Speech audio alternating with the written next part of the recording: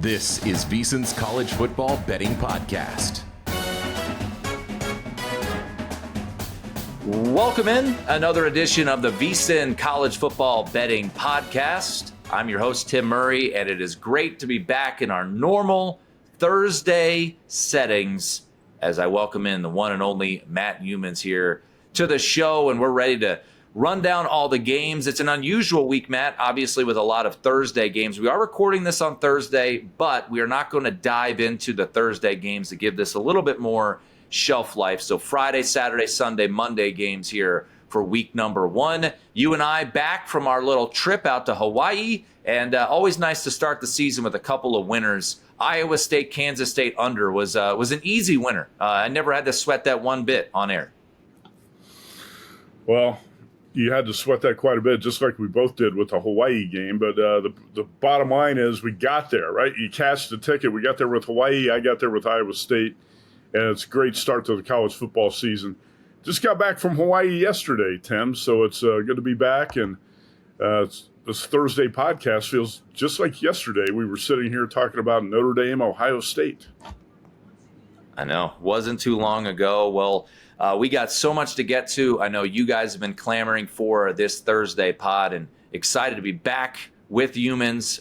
You'll be able to catch this on YouTube as well. Not live, but we will put up the YouTube recording a little bit later on Thursdays. And the goal this year is to get this podcast feed out a little sooner than it was last year. So please continue to rate, review, and subscribe to the podcast. The numbers have been just unbelievable. We've been hanging out in the top 100 all week long. Just hard to believe. And maybe we get another bump today with a breakdown of the week one card. So let's jump right into it. And we like to look at these main games. We call them the main course. The main course. All right, Matt. Number one, Texas. Number three, Ohio State. Big noon kickoff on Fox. Our guy, the Bear, Chris Felica, will be there. College game day, our guy, Stanford Steve, he'll be there. Everybody's going to be at the Horseshoe, including Arch Manning. And this is a game that, from a betting standpoint, is so interesting because Matt Grill from DraftKings Sportsbook, who is a weekly guest on VSiN Primetime, came on the show Tuesday night, Matt, and he said, as of Tuesday, the most liability they had was on Texas. They're going to need Ohio State. Now, things obviously can change, but we've seen movement in the betting market. This number has dropped to about 1.5 in favor of Ohio State. Total sits at 47.5 or 48, so a movement there to the under. What have you done with this game, and will you be betting this monster showdown in week one? I've already bet it. I will live bet it too, but I've got Texas for a little bit of +3, a little bit of +2.5, a little bit of +120, all those kind of like half unit plays each. But I am on the Texas side. And also I've got Arch Manning 8-1 to win the Heisman. And despite what some people think, he has not won the Heisman yet. I thought if the Longhorns would go to Columbus and win this game and Arch plays well, that the Heisman number would be down to +250, 3-1, something like that. So I grabbed the 8-1 over the summer. I do believe Arch is going to be the real deal.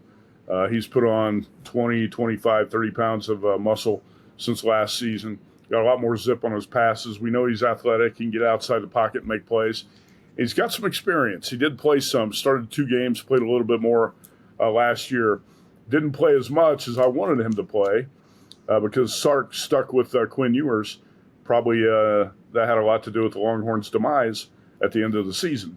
But at the same time, I think Arch is ready to roll now. And when he takes the field Saturday, he's going to be the most experienced quarterback in that game by far. So Julian Sayin wins the job for the Buckeyes. He did not light it up in camp. And I think that Arch and the Longhorns should be able to win this game on the road. A little bit of payback for college football playoff loss. I will say that when I made these bets, the Arch bet aside, I did not think Texas was going to be this popular as a side this week. I don't like to hear those numbers. I hate it when a team becomes too popular with the betting public. I thought Ohio State, Texas would be kind of a two-way action game where the Buckeyes get a lot of interest at home, and you're seeing Ohio State at this cheap price at home, and I think that's going to be tough to turn down for some people too. But I'm on the Texas side. You know, it's not my favorite play, and week one is always one that you kind of go in with a little bit of a toe in the water feel. And, you and I will kind of weave in our futures situations as well as this show goes on. But I'm at the point, Matt, where I'm going to take a position on Ohio State. I think I'm going to go half unit first half, half unit full game at a cheap money line price as we record this minus 120 out there. And I'll say this, Matt, I wouldn't be surprised if Ohio State closes as a dog here based off of how this market is going. So I have not bet the full game yet, but I am going to be in on Ohio State. Now, here's my biggest concerns about Ohio State this year.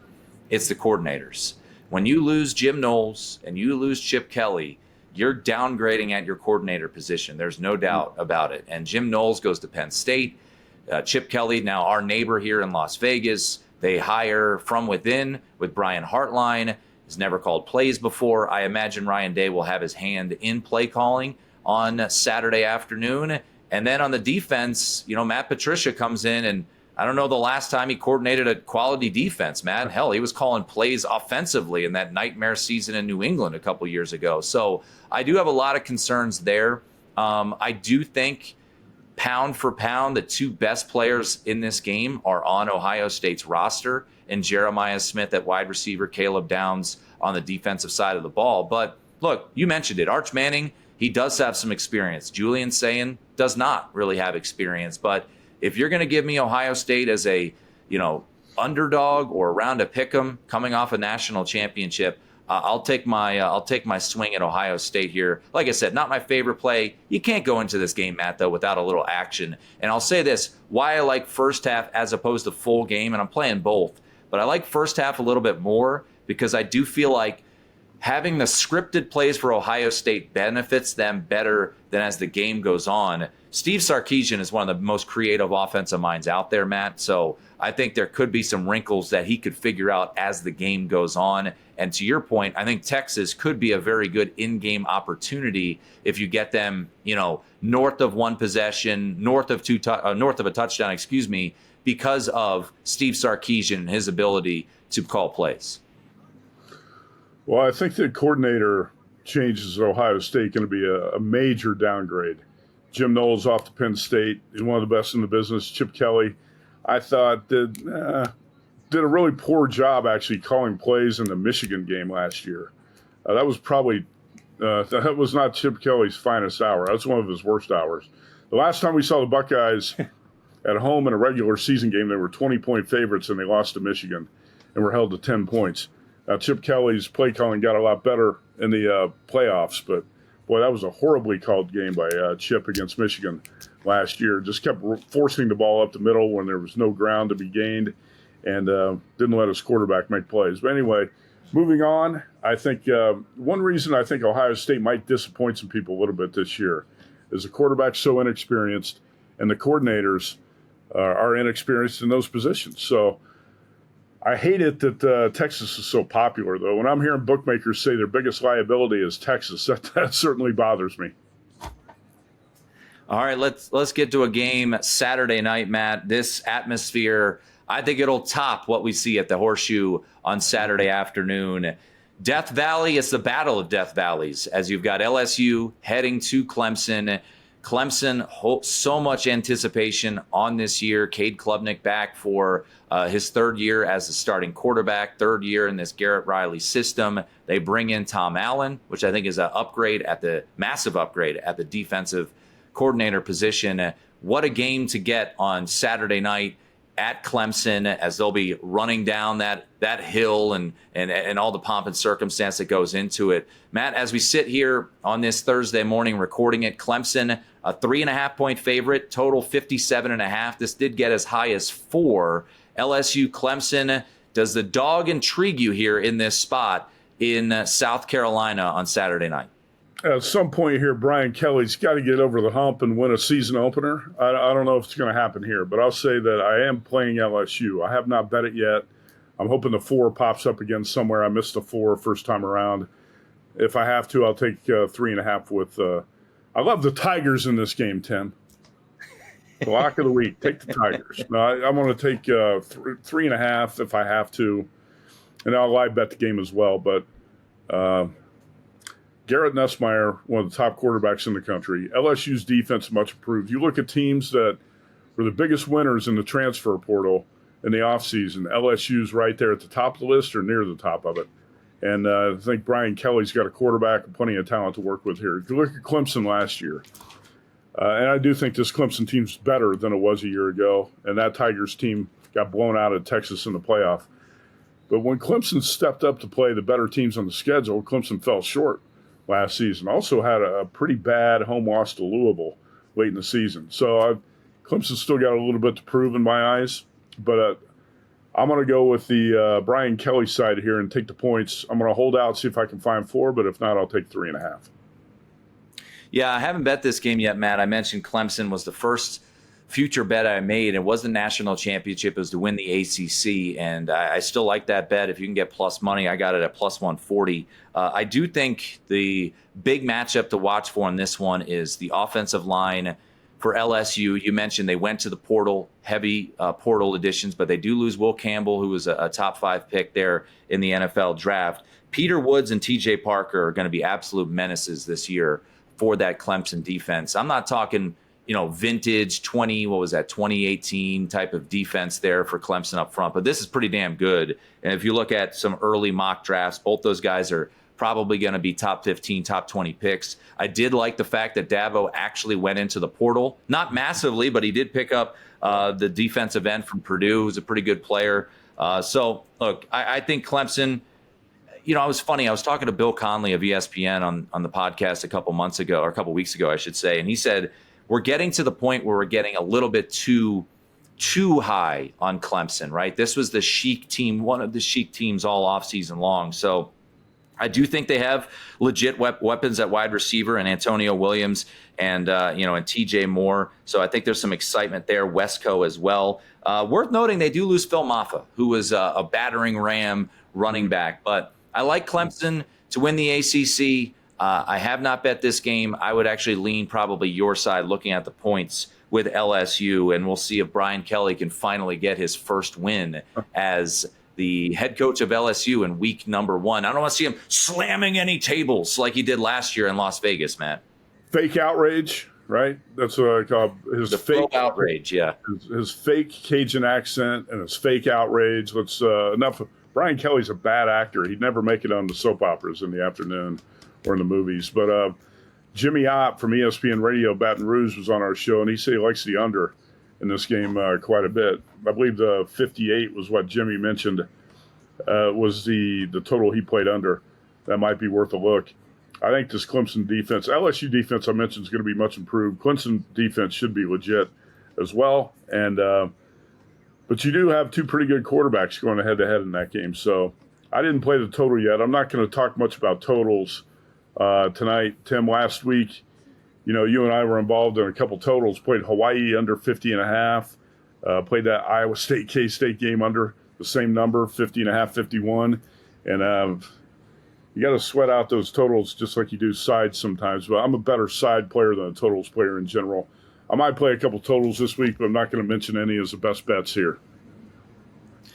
Well, best bet for me a couple weeks ago on the VSiN weekend morning line, Matt, was Notre Dame Miami under, and that number moved wildly from 53.5 down to 49.5. This game Sunday, 7:30 ABC, number 6 Notre Dame at number 10 Miami. And I think the big question going into this game is, what do we get from Notre Dame's quarterback play as CJ Carr gets the nod after a battle all through camp? And there were a lot of reports that Kenny Minchey, the more dual threat quarterback, was going to win the battle. Ultimately, it was CJ Carr who emerged. Marcus Freeman called it more of a gut decision. He praised his intellect and how he can depict and read defenses. So we'll see, Matt. It's going to be an interesting challenge. Miami's defense was a joke last year, so they went out and they got Minnesota's defensive coordinator to try to shore things up. But you got to give the edge, at least right now, at quarterback to Miami, as they have Carson Beck, but that's a completely remade wide receiver room there. I believe the top 6 pass catchers have moved on there at Miami, Matt. We saw the threes reemerge here on this Thursday, back to Notre Dame -3, and I imagine the +3 for the dog is calling your name. I did take 3 with Miami when the market moved yesterday. You and I have talked about, I've been watching Notre Dame football since I was probably 1 year old. I remember sitting in front of the TV as a toddler with a bag of Burger King, watching Notre Dame play Miami. And what was the trend? What's the trend, Tim? I think the Irish are 0-6 ATS at Miami, and really not many of the games have been close. They played pretty poor performances for the Fighting Irish when they go to Miami, including, I believe, a national championship game that you went to, not including this, but in addition, didn't the Irish go to Miami and play Alabama in the national championship game, and it was 28-0 at halftime? Not that directly. Yes, I was at that game, but I was also there last January when they did find a way to win against Penn State. But yes, against Miami, I believe our friend Brad Powers pointed out that Notre Dame in their last 6 games at Miami against the Canes, 0-6 ATS as well. And I think many of you probably recall the absolute ass whooping Miami gave Notre Dame in 2017. That was a really good Notre Dame team. They went down there, and Brandon Wimbush was all over the place. I think he ultimately got benched for Ian Book. 41-8, I believe, was the number in that one. And similarly, Matt, I think Miami closed as a 3-point home dog, and that was really never in doubt. I think they led 27-0 at halftime. One thing I'll mention here is that as far as the totals go, there are 2 totals I actually do kind of like. I should have bet these. Paul Stone came to town. He hammered the Texas-Ohio State under at 50.5. And I know Chris DeBear-Felica likes that play as well. I think it makes a lot of sense. Texas-Ohio State under 50.5, but that total is now down to 47.5 or 48. And Tim, I also like the under in this Notre Dame-Miami game. I think this ND defense is going to be legit. And you're going to have some issues offensively because Jeremiah Love can't carry the entire offense. CJ Carr is going to have to make some plays. And apparently he did not light it up in camp, kind of like Julian Sand at Ohio State. So I wonder a little bit about the Notre Dame offense. The thing that tilted me to the Miami side here, one is the number. You get a full 3 with the Hurricanes with yesterday's move. I don't like the coach, Mario Cristobal. Don't really like the quarterback, Carson Beck, that much. But I'm concerned from the Notre Dame perspective about how C.J. Carr is going to play in this game. I don't think he's going to play great, Tim. So I think the Hurricanes should be live home dogs. But if you're talking totals, I would look under in Texas-Ohio State. Obviously, the best numbers are gone. Under in Notre Dame-Miami. A couple other quick notes about Notre Dame-Miami before we get to our spicy matchups here, Matt's favorite segment. You mentioned, the under. I'm curious about the field conditions as well. Shout out to Joshua Nunn of Action Network who pointed me out. There's a game that's going to be played at Hard Rock Stadium on Saturday, a FCS game between Howard and Florida A&M. If there's any rain, are the field conditions a concern at all? So something to keep an eye on there. You mentioned the defense. I was texting with our friend Sammy P. for his newsletter, and I said, I love this defense. I love this defense for Notre Dame. I think it's better than last year, even with the pieces that they lost. And look, maybe it's coach speak, maybe it's not, but Marcus Freeman was glowing and gushing about his defensive line at his media availability earlier this week. So take that for what you will. Sometimes coaches lie, and that was the biggest concern outside of quarterback. So I really do like this defense. I think Notre Dame's upside is potentially winning the title if CJ Carr hits. If he doesn't, then they could find themselves losing a couple of games. This will not be easy.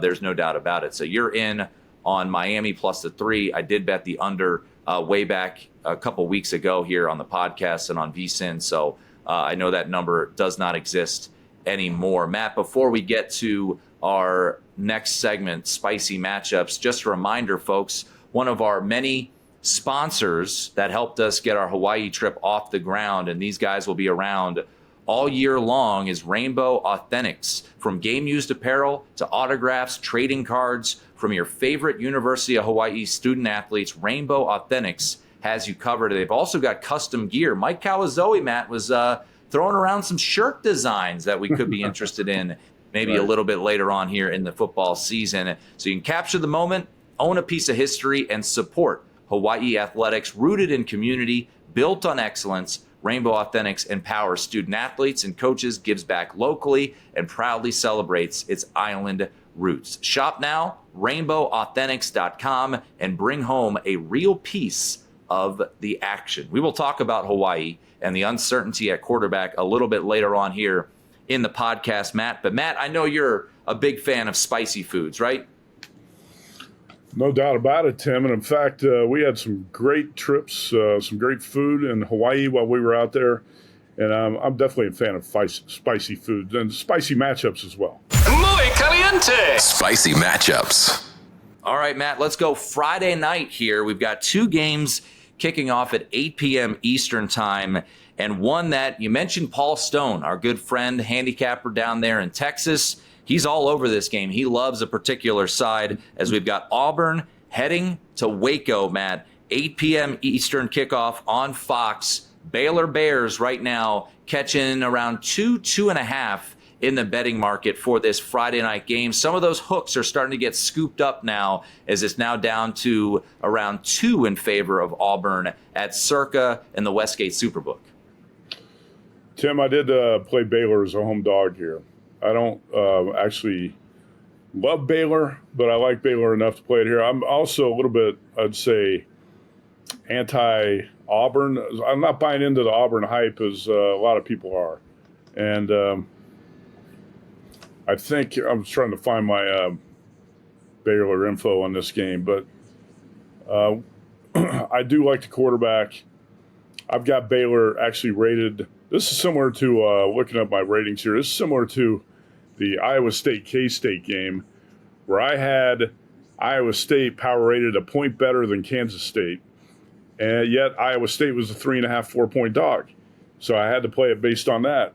I don't know if I'm right or not, but I know I won that bet with Iowa State. Here in this game, I've got Baylor power rated a 1.5 better than Auburn, and Baylor is a 2.5-point dog. I think they got two of the best in the Big 12, Sawyer Robertson at quarterback and Bryson Washington at running back. Baylor 6-1 in the final 7 games last season, lost to LSU in the Texas Bowl. But Dave Aranda's got a pretty experienced roster here. I think the offense is going to be a sure thing. Defense is a bit of a mystery, but Dave Aranda typically gets his defense figured out. Not always, but sometimes. I like Baylor as a home dog. That's based on, like I said, maybe my rating's wrong, but I've got Baylor a little bit better, and you're getting 2.5 points with the home dog here. So that's I played it. You know, looking at Auburn, you mentioned, the buzz that's out there, massive addition, not only at the quarterback position with Jackson Arnold, whatever you think of Jackson Arnold, they also brought in Ashton Daniels. I think Stanford, from what we saw, could have utilized Ashton Daniels in that season opener against Hawaii. That quarterback play was dreadful by the Cardinal. But Ashton Daniels, I imagine, going to be a bit of a change of pace guy, but it's going to be Jackson Arnold's team. And then they go out and they get Eric Singleton, a massive addition from Georgia Tech. We'll talk more about the Ramblin' Wreck here in just a moment. But, yeah, I'm conflicted on this game, Matt, because there's people I respect on both sides. Some people say that the athletes for Auburn are going to be a little bit too much for Baylor. Maybe they were exposed in that bowl game. But then you look at the quarterback play, to your point, Sawyer Robertson was phenomenal down the stretch. And you think back, last year he was not the guy, right? It was a battle between him and Daquan Finn. And Daquan Finn is now, playing for Miami of Ohio. So Sawyer Robertson was great a year ago. I do worry about the depth at the running back position. They lost Pendergrass to the year due to injury here recently. But I'm excited for this game. This is one of my favorite games of week 1. And I don't have a position on it. I've kind of waffled back and forth. I actually lean a little bit Auburn, but I'm going to pull for you and our guy Paul Stone that Baylor takes care of business. Matt, this next game on Friday night, I don't know what to do with it because Colorado was the talk of college football for 2 years with Coach Prime coming in there and his son Shador and Travis Hunter wins the Heisman Trophy a year ago. And now things are quiet in Boulder, and they announced that Caden Salter, the Liberty transfer, will be their starting quarterback. I expect their offensive and defensive lines to be significantly better, and a team that seems to be getting a little bit of hype to maybe win the ACC as a dark horse is this Georgia Tech team. And look, Georgia Tech plays the role of underdog incredibly well, but they're in the role of a road favorite here, Matt. And I do wonder if this gets to 4.5, I could find myself maybe holding my nose and taking Colorado. A lot of unknowns with this Colorado team with the talent that they lost. And look, I'm a big Haynes King fan, but this is a different role for Georgia Tech. They're used to being that pesky underdog, as we saw last year against Miami, as we saw last year against Georgia. Now they're a road favorite in what should be a pretty good environment up there in Boulder, Colorado. So I'm intrigued to look at the dog here on Friday night, maybe taking the points with Colorado. A bunch of 4.5s out there, and I could find myself maybe backing a Coach Prime team when I don't know if I have done that at all in the first 2 years of his tenure out there. Yeah, I don't really call him Coach Prime anymore. I call him Hype Man Prime because he's a hype man more than he is a coach. Some of his clock and game management decisions are just so bad that it's hard to call him a coach. But he's a great hype man. He gets his team fired up and generates a lot of interest in college football. It's good to have him there. I'll say this. I don't like road favorites, especially this early in the season. Georgia Tech, I think, is people getting a little bit carried away maybe with the Colorado fade here because you lose Travis Hunter and Shedeur Sanders and everything else that the Buffaloes lost. But again, they brought in some talent. Caden Salter's a capable quarterback. I'm definitely not laying it with Georgia Tech. I'm looking at some possible plays in the Westgate College Football Contest, and I've got Colorado written down as a potential play this week. And like you said, if it goes 4.5, I'll probably bet that for something. I will mention I bet Colorado under the season win total is 6. That's my better bet in terms of a Colorado play. Well, you look at this schedule, I don't know how the Buffaloes are going to get to 7 wins. Even if they beat Georgia Tech, I don't know how they're going to get to 7 wins. So you're probably going to push or win that bet. Colorado under 6 minus 120 is out there right now, today. I think that's a really good bet. As far as the Georgia Tech game, it's going to be Buffaloes for a small bet or pass for me. Let's get to Saturday, Matt, here. We'll circle back to Friday. You've got a position on another game on Friday, but we'll circle back to that here in just a little bit. A game that is a neutral site. It's in Atlanta, Tennessee, and Syracuse. Both these teams, to be honest, are kind of fades for me this year. I'm not going to play this game, but you mentioned it with Colorado. There's going to be a couple positions here that I'm pulling heavily for one side because of preseason positions, and that is Syracuse under 5.5 wins, Matt. I think Fran Brown has really done an impressive job in his first year plus as a head coach of Syracuse, but it felt like everything kind of hit last year when you think about close wins, when you think about a comeback against Miami, and the fact that they had a lot of talent. They had an NFL quarterback in Kyle McCord. They had an NFL running back in LaQuint Allen. Their top 3 receivers, Jackson Meeks, Traver Pena, and Arande Gadsden, they all are gone. 2 of them to the NFL. 1 is off to Penn State. So I'm not going to lay the 14 here with Tennessee, but I do have under 5.5 wins for Syracuse, Matt, because that schedule, how about these games away from New York? Tennessee, at Clemson, at SMU, at Georgia Tech, at Miami, at Notre Dame. There'll be a dog in all 6 of those games, and they still have Duke, UNC, and Pittsburgh coming up to their house. So the schedule's brutal this year. I'm under 5.5 wins, and I hope Tennessee takes care of business, but I'm not going to lay 14 with the fighting Josh Heupels here on Saturday afternoon. I like your underbet on Syracuse, and I've actually got a small underbet on Tennessee, under 8.5 at minus 140. Now, that's not – I didn't play that as big as I did some of the other win totals. It's a smaller play, but you look at Tennessee's schedule, Tim, and you tell me how that team's going to get to 9 wins. It's going to be a challenge. Also, I'm not the biggest Nico Iamaleava fan, and I'm not sure if I pronounced that correctly. Tim, you're better at pronouncing his last name. You want to go ahead and repeat that? Iamaleava. Okay. Nico. I'm going to call him Nico. UCLA got the better of the quarterback trade there, I believe, and Tennessee got the worst of it. I'm not playing this game at all, but I do have a little Tennessee under 8.5. I think Tennessee should probably roll in this game, but even if the Vols roll, I don't know how they're getting to nine wins this season.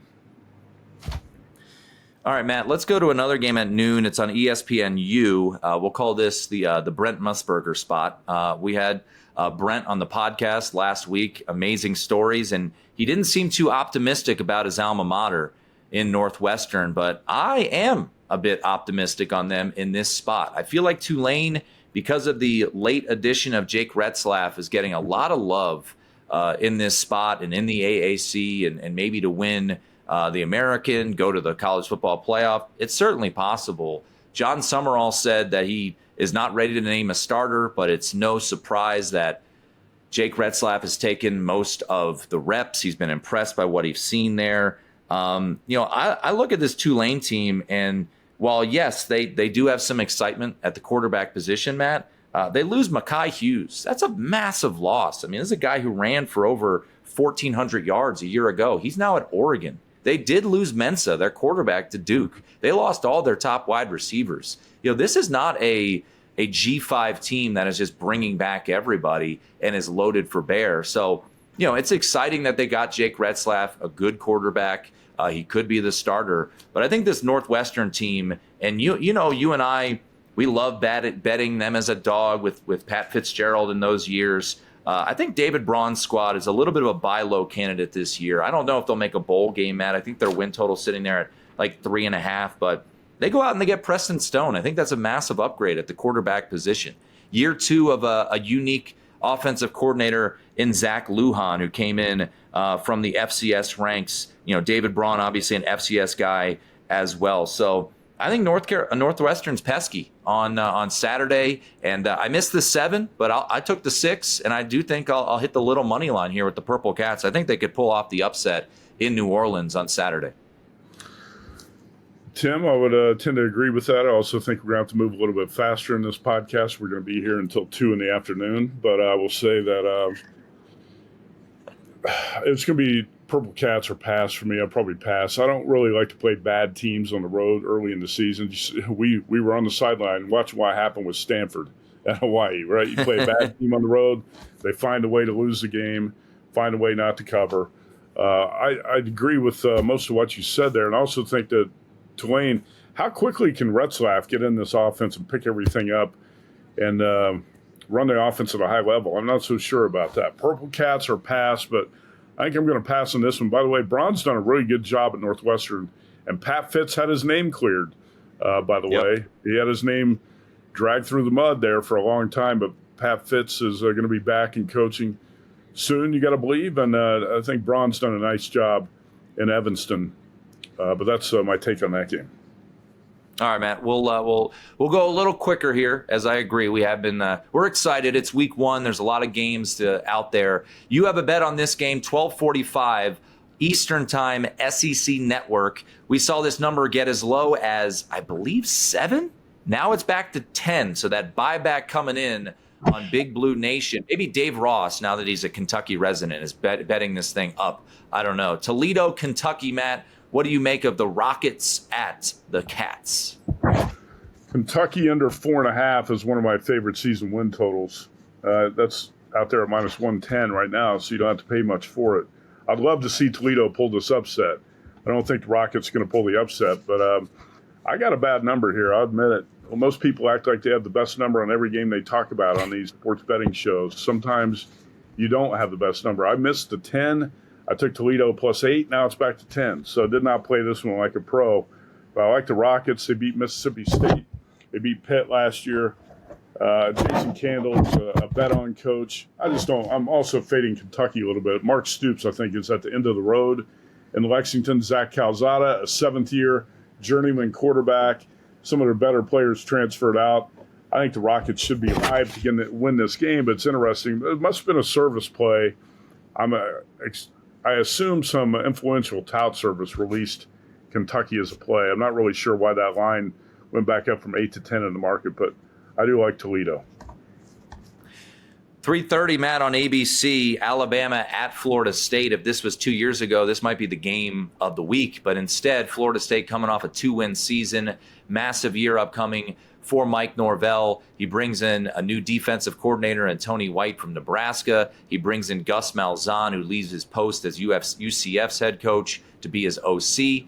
I think this Florida State team maybe has some upside. I'm not going to bet this game, but similarly to you, what you mentioned it with Kentucky, I bet Alabama to make the playoff. I laid $1.80. There's a little bit of better price at FanDuel. I also put them together with the Bills to win the AFC East as a little cross-sport parlay at plus, I believe I got it at plus 110.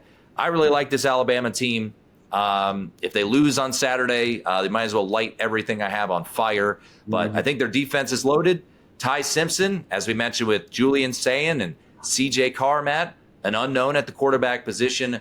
But Kalen DeBoer didn't forget how to coach overnight. So I think Alabama takes care of business. I'm not going to lay the 14. I know some people out there are curious to take the home dog, which I don't blame them. But I think Alabama to make the playoff at around minus 180, still worth a play for me before this game kicks off. One last game on Saturday here in this portion of the podcast, Matt. Let's go to the Rose Bowl, your favorite arena in college football. Utah at UCLA, 11 p.m. on Fox. Love it. Love the late kickoff. And in fact, I booked a quick flight over to Burbank Saturday. Going to drive over to Portillo's, eat a pregame meal, and then head over to the Rose Bowl for Utah and UCLA. Look, Devin Dampier was a dynamic quarterback at New Mexico, but he had 31 total touchdowns last year, and I think 19 of those were rushing. He's got to improve dramatically as a passer against the better defenses he's going to face in the Big 12, and UCLA, I think, is going to have a legit defense as well. This number is hanging around at 6.5, and I was waiting. Come on, go to 7. I want to take UCLA plus 7. It didn't go there. Started to go the other direction. I got UCLA plus 6 here. I talked about the quarterback trade with Tennessee and UCLA. I think the Bruins got the better of it. And I don't like road favorites again, or especially early in the college football season. We talked about I'm betting against some of these road favorites, including Notre Dame and Utah, teams I actually like a lot in general, but I don't think should be laying these numbers on the road in week one. It's going to be a big test for Devin Dampier in the Rose Bowl. I think Utah is going to try to run the ball. Total's 52. I'm kind of inclined to bet this under. But again, I don't want to go too crazy on totals because I don't have a lot of luck with those sometimes. And I'm going to stick with the home dog here. I don't see a 6 out there on the screen right now. It's like 5.5 is the best you can get with UCLA. Yeah, Utah's a team that I did bet to win the Big 12, so I was happy to see Kansas State lose in that season opener. But this is a big one, no doubt. New offensive coordinator, new quarterback, as you alluded to. They were together at New Mexico. I'm all in on Devin Dampier, probably 2 in on Devin Dampier. So hopefully for your sake, it's a close UCLA loss, and Utah gets a bunch of rushing yards from Devin Dampier. So that game, 11 p.m. on Fox on Saturday night. Matt, we mentioned it. We were just out in Hawaii, and right now I'm wearing this quarter zip from Kahala, and we had some great Aloha shirts that we were wearing on the program. I wore to the game on Saturday. Kahala, the original Aloha shirt brand, founded in Honolulu back in 1936 and celebrating 90 years next year. They are a proud supporter of UH athletics, and most of their Aloha shirts are made in Hawaii. From classic Aloha shirts to stretchy performance wear like I'm wearing right now, cooling promos, a polo perfect for golf, and even shorts, Kahala has you covered. Check them out online, KAHALA.com. They have 6 stores in Hawaii, and also check out their latest looks on Instagram at Kahala. All right, 2 more games in the spicy matchup portion, Matt, before we wrap things up with some off-the-radar games. Sunday, the appetizer to Notre Dame, Miami, Virginia Tech, and South Carolina. Insanely disappointing season a year ago for the Hokies. There were some thoughts that they could win the ACC. I took a long shot on Kyron Drones to win the Heisman Trophy. That died week 1 when they lost to Vanderbilt as a 13-point favorite. And now, Matt, they're catching 8 on a neutral against South Carolina. There's so much hype regarding this South Carolina team, Lenora Sellers, and what they can ultimately be. I'm going to buy low on Virginia Tech and sell high a little bit on South Carolina here. I'm not the biggest Brent Pry guy in his 4th year as the head coach of Virginia Tech. He is very, very much on the hot seat here. Kyron Drones, as I alluded to, was banged up most of last year, but he's back for another season, Matt. I'm going to take the 8 with Virginia Tech here in this spot on Sunday, and hope that this is a a little bit more competitive game. People are expecting South Carolina to just walk in and blow the doors off of a Virginia Tech team. Matt, you think back to last year when South Carolina kind of emerged as this Cinderella type team. They were a dog to Kentucky, who didn't win a game in conference play, and now you're laying north of a touchdown against a Power 5 or Power 4 team. So I'll take the points with Virginia Tech. And then on Monday night, Matt, our old colleague, UNC's Michael Lombardi and Bill Belichick will be making their debut. You and I will be on the air for this game on VSiN Primetime. Very fascinating situation. Total has gone down a little bit to 56. It was up at 59. Spread sits at 3.5. I know you don't have a bet on it yet, but come Monday night on VSiN Primetime, do you think you'll be taking the points with the Tar Heels? All right, first of all, I think South Carolina is one of those teams going to bounce a little bit. I like the offense a lot. A lot of questions about that South Carolina defense, so agree with most of what you said there. You know what's interesting? I hate the cliche trap, that the books are setting a trap for bettors. But when you look at Monday night, TCU's a 3.5-point favorite at North Carolina. Tim, it looks too easy to take Bill Belichick in 3.5. And I've said this many times, this sounds ridiculous, but a lot of times I like a home dog more if it's catching 2.5 than if it's catching 3.5. That shows you right there that I think is that North Carolina is kind of a weak home dog. And I'm not saying they're trying to trick the betting public into taking Belichick plus 3.5, because that's not really the case. But sometimes you look at that 3.5 number, you say, wow, I got to take more than a field goal in the hook with Belichick at home.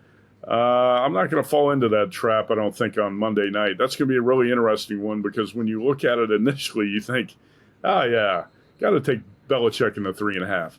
Not going to do it. By the way, the Kahala Hawaiian shirts, I really like the one I wore last Friday on the show, the blue and white one. Got a lot of compliments on that. You and I were in the press box with Timmy Chang and others last Friday from Honolulu, and a lot of people commented they love that Kahala Hawaiian shirt I had on.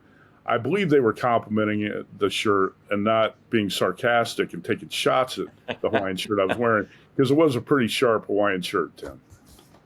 I agree. No, they were amazing. They were airy, and very much enjoyed them. I've never had a real Hawaiian shirt. I've had the knockoffs, but that's the real deal that we wore out there. All right, Matt, let's go back in time. Let's go to Friday. We'll bang through these as we kind of get to the best of the rest portion of the week 1 card.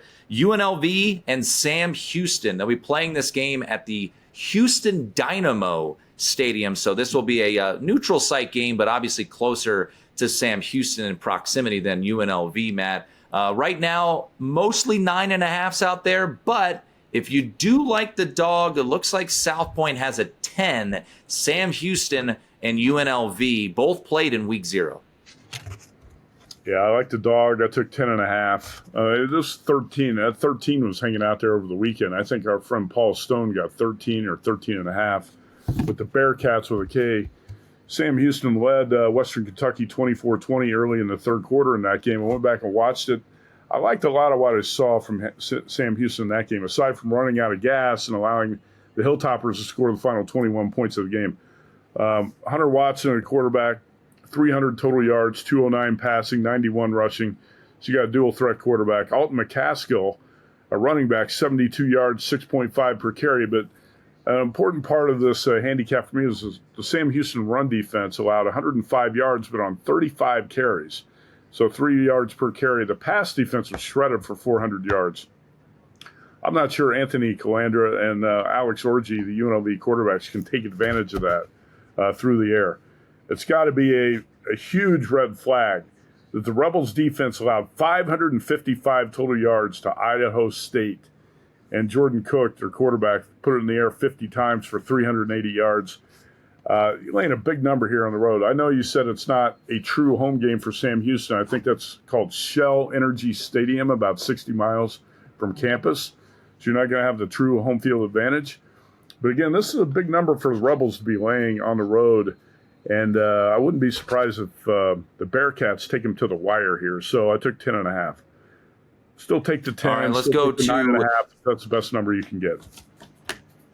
Matt, let's go to Saturday. We'll go through a couple of games of note. Neither one of us have a bet on the side. I don't believe in this one, but you do have a win total. Indiana plays Old Dominion. I talked about this game with Wes Reynolds. He said if it got to 24, he would actually be going against his alma mater and taking the points with Old Dominion. Indiana last year, as I mentioned on the podcast with Wes, the best cover margin as a favorite a year ago. They beat the market by 16.6 points per game a year ago when they were a favorite. They're now laying 24 against Old Dominion. I know you don't have a play on the side here, but what do you think about Indiana this year? It is a big number for the Hoosiers to be laying. I love the quarterback transfer, Francisco Mendoza from Cal. I saw CBS Sports yesterday projected him to be the number 1 overall pick of next year's NFL draft. I think that's a little bit too overhyped, even though I like him quite a bit. I agree with what Wes said. You get up there that big a number, you got to give the dog a bit of a look. Old Dominion can be a pesky underdog. The bargain prices on Indiana are gone. Last year we played the win total over 5.5.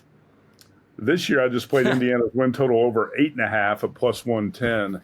That was one of the easiest win total bets you could have last year with the Hoosiers and Kurt Cignetti in his first year. Now you got to play this over 8.5, but I still like it. No play on the game, but I do think Indiana's going to win a bunch of games again this year.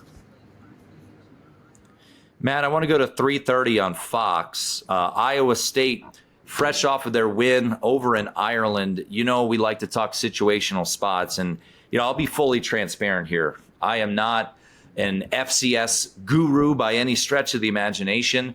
South Dakota, I do know, lost a decent amount of their coaching staff this offseason. But from a situational spot, you could not ask for a more challenging spot for Iowa State when they're coming off of an emotional win over a conference rival in Ireland. And next week they play Iowa in the annual Cyhawk game. So I was hoping for a better number. Maybe we get it later on Saturday, but I did personally bet South Dakota plus 15.5. I think sandwich spot, Matt, this is a really, really big sandwich spot here for Iowa State as they come back from Ireland. And then next week they take on Iowa. So also Phil Steele pointed out in his preview magazine, Iowa State 3-10 ATS against FCS opponents. So I will take the points with the Coyotes and hope that we can keep this thing close. Maybe a first half look might be a better way to go about it, Matt. I do want to get to the late night games. There's 2 late night games in addition to Utah and Oregon State. And we'll start with Hawaii and Arizona. A lot of questions regarding the health of Micah Alejado, Matt. And this game will be on TNT at 10:30. And Nahoku was the presenting sponsor for our trip out to Hawaii, Matt. And they are going to be the weekly sponsor of the Hawaii game. So the weekly Hawaii preview brought to you by our friends over at Nahoku, Hawaii's finest jewelers since 1924. From timeless island-inspired designs to modern fine jewelry, Nahoku lets you carry the aloha spirit wherever you go. Visit their website, nahoku.com, or stop by one of their many locations, whether it be in Hawaii or on the mainland. Matt, this number was 13.5 on Sunday. Both you and I laid the 13.5 with Arizona. Micah Alejado is practicing. Luke Weaver met with the media, their backup quarterback. We talk about bad situational spots for Iowa State. This is a brutal one for Hawaii as well. I think the Rainbow Warriors might be better off taking their paycheck and going home. So I think this could be an ugly one here with Arizona hosting the Rainbow Warriors. Yeah, the situation with Iowa State, you can call it a sandwich spot, a hangover spot, whatever you want to call it. That's a really tough spot for the Cyclones coming back from Ireland off the big win over K-State. So I agree with you there. Here, this situation for Hawaii's just a little better, but not much. Because you and I talked about this. We were on campus last week. That game had a Super Bowl feel to it for Hawaii. That was a hugely important game for the Hawaii program. The coaching staff, the players, everybody involved. They put so much into that game. Your star quarterback hobbles off with a right foot ankle injury. He toughs it out, comes back, makes a couple big plays. You pull the game out, Tim, and you celebrate. You spend the week probably thinking about the win over Stanford more than you should be, and not enough prep for an Arizona team. Noah Fafita's back at quarterback, did not put up big numbers last season. Loses Tep McMillan at his star wide receiver, first-round draft pick. So that's a big playmaker that Arizona's got to replace. I just think the spot here is really bad for Hawaii. Also, another thing that showed up to me last week when we're watching the game, Tim, I think Arizona coaches are smart enough to see it on film. This is going to be a late afternoon game in Tucson. It's going to be hot again. A Hawaii defense was really wearing down at the end of the Stanford game. The Cardinals were running the ball right at the Hawaii defense. They were pushing the defensive line off the ball and getting anything they wanted on the ground. Why Frank Reich started to call pass plays and have Ben Gulbranson put the ball in the air is a mystery to a lot of people, but you and I are happy he did it because that's how Stanford lost the game. I think Arizona is going to keep this ball on the ground the way Stanford should have. They're going to wear down the Hawaii defense, and I'm just not sure how much Micah Alejado can get done here. He's a tough kid. He's going to want to play. He's going to hobble a little bit. I saw he was on the field yesterday throwing drills. But mobility is a big part of his game and what makes him so good. Get outside the pocket, make plays. You and I saw that. We were on the sideline Saturday against Stanford. I don't think he's going to be able to be the same type of player here. Probably a good chance that Hawaii gets blown out in this game in Tucson. The number's up from 13.5 to 17.5. A lot of people see it the same way. Yeah, no doubt. And, Sunday I was kind of frantically trying to find someone to place that bet for me. So I did lay a little 13.5. Wouldn't lay it at 17.5, as you mentioned, but we'll see what the status is of Micah Alejado if he does play, if that number comes down and maybe you get back in on Arizona. For Hawaii, a team that I have over their win total, Sam Houston, Portland State, and Fresno the next 3 weeks at home. You never want to punt on a game, but, man, it does feel like an opportunity with a 3-game homestand upcoming. All right, Matt, we'll wrap with this on game previews. Another 10:30 Eastern kick. I'm really looking forward to this one, not only because our colleague Stormy Bonatoni will be on the sidelines, but I love late night games in Corvallis. They always kind of get wacky, and I think this is a big game for Oregon State. And I really wanted to bet this game over the summer, Matt, and it got to 3 in favor of the Beavers, so I stayed off of it. Well, now this week we saw more money come in on Cal, moving it back to the original number. So I laid minus 120 at DraftKings on the money line here with the Beavers. Cal's going to be starting a freshman quarterback. He's from Hawaii. I'm not going to try to pronounce his last name. He is a highly touted kid. But I think this Oregon State team, Matt, year 2 in this kind of wacky transitional time. They weren't that impressive a year ago under Trent Bray, but maybe they get that year 2 bump. Year 2 of an offensive coordinator. They bring in Malik Murphy, who maybe didn't live up to the hype at Duke. Obviously, once upon a time was a Texas kid. But I like Anthony Hankerson back at the running back position. And if you're giving me a short number here on Oregon State with what tends to be a pretty good environment, we think back to some of those Jonathan Smith teams that were always so feisty as an underdog in Corvallis. So slight home favorite against the Cal team. I don't know what to expect from them this year. I'm going to take Oregon State, the Beavers, on the money line to have a little late night action, Matt. So 10:30 Eastern, the Stormy special. Give me the Beavers as a short home favorite against Cal. I've thought about playing this too. I former Cal quarterback, I called him Francisco, probably because I'm thinking about the Bay Area. Fernando Mendoza has gone to Indiana. New quarterback, you said it's got Hawaiian connections. Jaron Kiwi Sagabatelli, I think is how you pronounce his name. I'm not 100% on that, Tim, but I think that's right. He's actually a pretty good athlete. Could be a pretty good replacement for Fernando Mendoza at Cal there in Berkeley. But I'm probably with you here. I was looking at this game last night and trying to make a convincing case. I couldn't really make a convincing case, but I think you can make maybe a somewhat of a case for Oregon State here.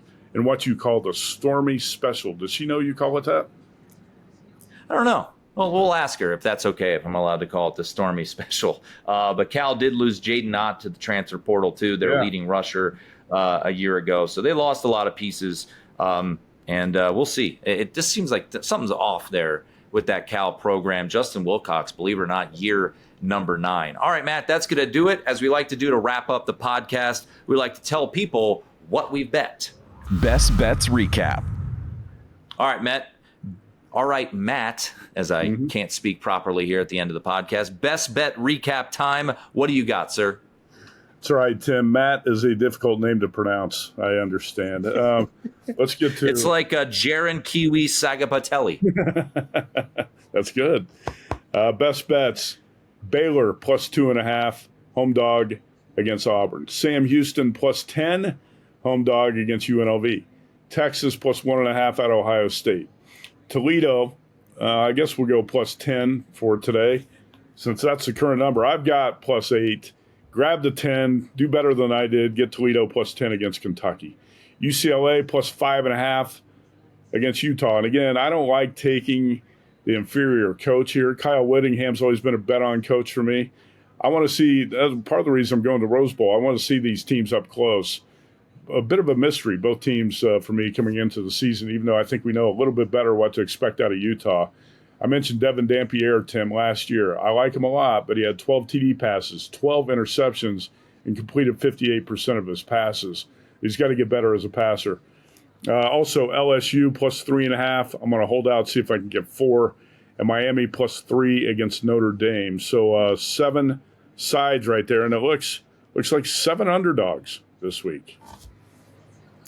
What a shocker, Matt. You like underdogs. I had about minus 10,000 that you would have mostly underdogs in your card.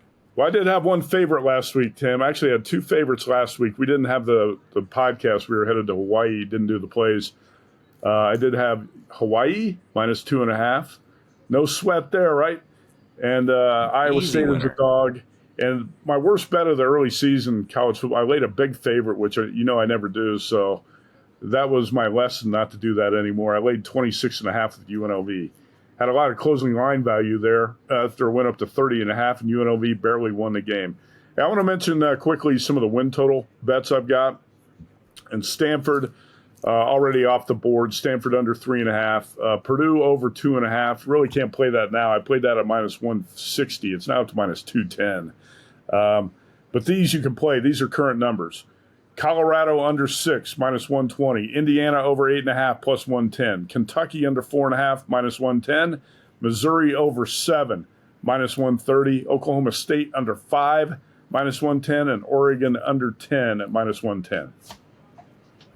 All right, Matt, I'll hit on my best bets here to recap this week. And not included is the under in Notre Dame, Miami. We talked about that a couple weeks ago. I'm not going to give out a bad number here on the podcast. So bets as of now, Northwestern plus 6 against Tulane. Also in that noon window, Matt and I going head to head. I do have Ohio State waiting to see where this number goes, but for grading purposes, we're going to go half unit first half money line, half unit full game money line. Nothing on Alabama, Florida State, but I do have them to make the college football playoff. Minus 180 or better is still out there. I think this is a playoff bound team in 2025. Late night, let's go Oregon State, money line, minus 120 as of recording at DraftKings against Cal. Earlier in the day, South Dakota, I believe the number was 16.5 at some shops. I got it at 15.5.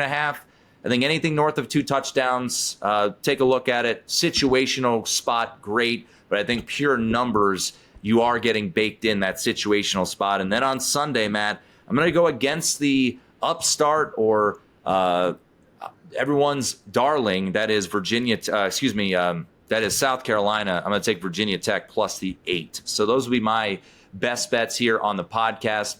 Win totals, as you alluded to, haven't checked the juice on these, but I do have Wisconsin under 5.5, BYU under 7.5, Nebraska under 7.5. Now the BYU one was a little fortunate.